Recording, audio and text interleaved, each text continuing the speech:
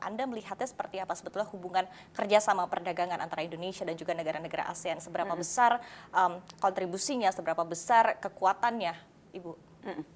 Jadi saya ingin bicara dulu kenapa kita memutuskan ASEAN Matters Epicentrum of Growth ini, terutama mengenai epicentrum of growth-nya. Jadi bukan tanpa alasan kita menyampaikan epicentrum of growth, Asia Tenggara harus terus menjadi epicentrum of growth dari pertumbuhan ekonomi dunia. Satu, dari segi jumlah penduduk. ASEAN itu udah lebih dari 650 juta. Yang kedua, penduduknya adalah penduduk yang muda.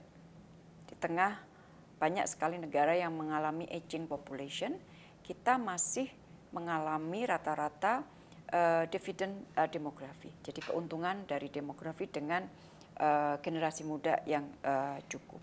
Kemudian yang ketiga, dari sisi pertumbuhan ekonomi, kita lihat bahwa pertumbuhan ekonomi negara-negara Asia Tenggara hampir selalu di atas rata-rata ekonomi dunia. Misalnya, tahun 2022, pertumbuhan ekonomi Asia Tenggara itu 5,6%.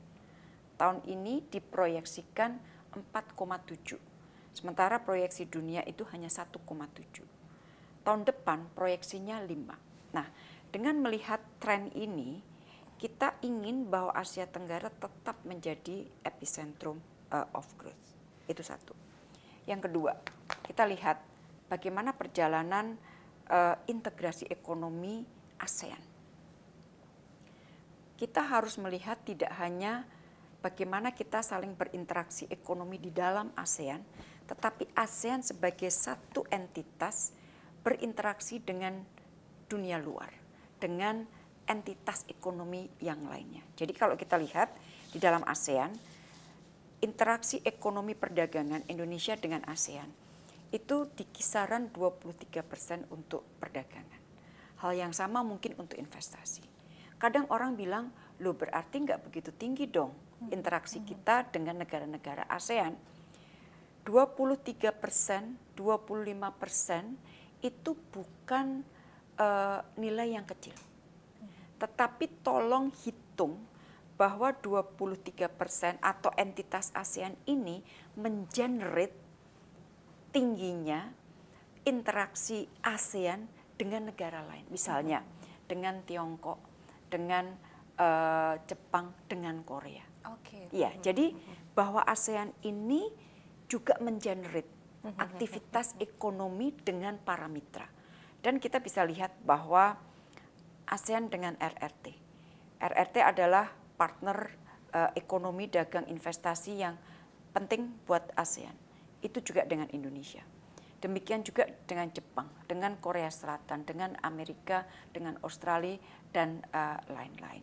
Jadi sekali lagi, tidak hanya dilihat dari internalnya saja, tetapi bagaimana entitas ini kemudian bisa mengenerate aktivitas ekonomi yang lebih luas. Nah, dari mengenerate ini, kemudian Indonesia waktu itu berinisiatif membentuk RCEP, Regional Comprehensive Economic Partnership. Nah, kita lihat dari sisi ekonomi RCEP ini menyangkut 30,2% PDB dunia. Jadi ini sudah kelihatan sekali. 27,4%-nya itu adalah dari total perdagangan dunia. Saya berusaha mencoba mengingat-ingat angkanya. Dari PDB dunia ya, artinya. Dan dari FDI dunia itu hampir 30%-nya.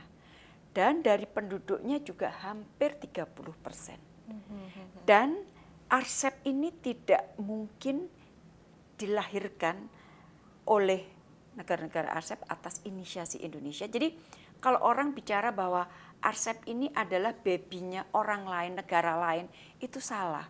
Itu adalah baby kita, baby Indonesia. Dan RCEP itu tidak mungkin muncul kalau tidak ada ASEAN. Karena ASEAN adalah basisnya.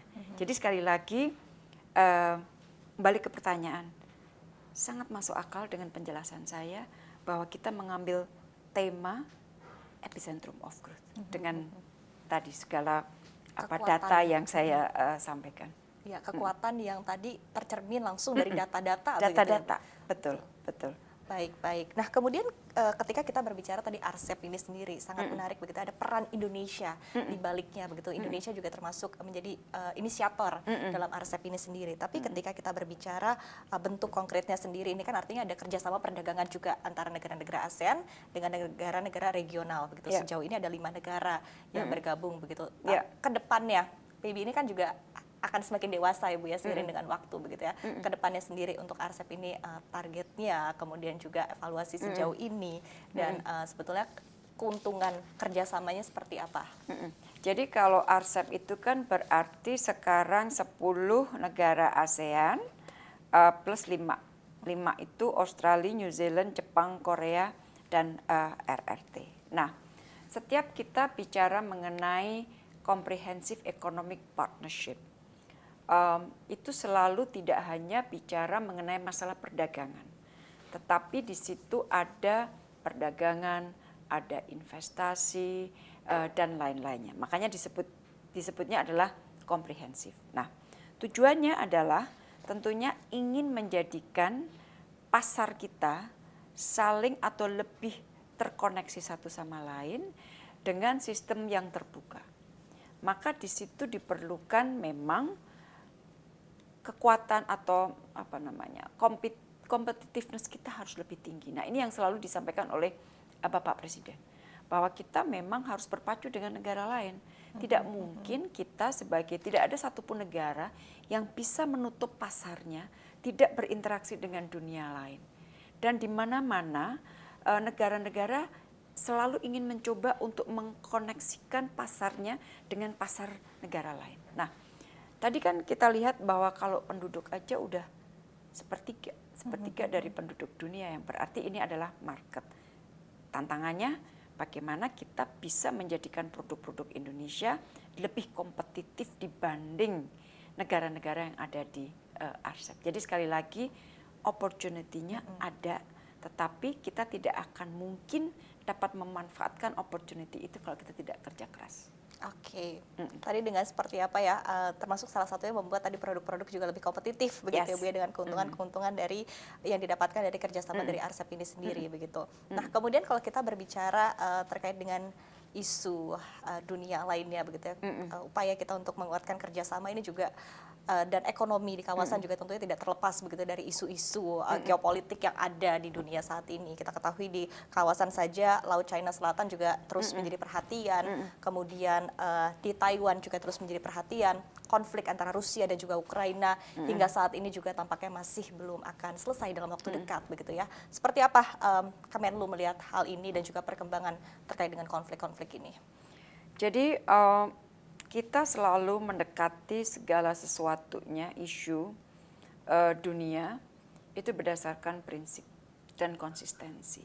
Maka kita bisa bicara dengan lantang pada saat negara-negara mengatakan, oke, mari kita respect territorial integrity sovereignty. Kita bilang oke, ayo kita hormati itu, dan kita selalu hormati itu. Tetapi kita juga sampaikan kepada dunia, mari kita hormati prinsip-prinsip itu secara konsisten. Karena kadang kita atau sering kita melihat penghormatan terhadap prinsip-prinsip yang sudah ada di piagam PBB itu tidak dihormati secara konsisten oleh semua negara. Kadang-kadang dipilih-pilih mana aja yang menguntungkan, ya udah dipilih, yang lainnya dilupakan. Nggak boleh begitu. Sama. Pada saat kita bicara mengenai masalah Ukraina, maka kita sampaikan bahwa prinsip penghormatan terhadap kedaulatan negara lain itu tetap kita hormati, kita uphold. Oleh karena itu, ini tercermin pada saat kita melakukan voting di sidang Majelis Umum PBB bersama dengan 142 negara memvoting intinya mengenai prinsip penghormatan mengenai kedaulatan itu. Mengenai LCS, Laut Cina Selatan, prinsip kita adalah karena kita Asia Tenggara, kita menikmati pertumbuhan yang tadi saya sampaikan, selalu lebih tinggi dari dunia. Kenapa kita bisa mencapai pertumbuhan seperti itu? Antara lain, karena kawasan kita relatif stabil dan damai. Andai kata perang, terjadi di kawasan kita, saya sangat tidak yakin bahwa pertumbuhan kita akan tinggi seperti itu. Tapi memang kadang-kadang kalau kita damai itu kayak kita menghirup udara ya.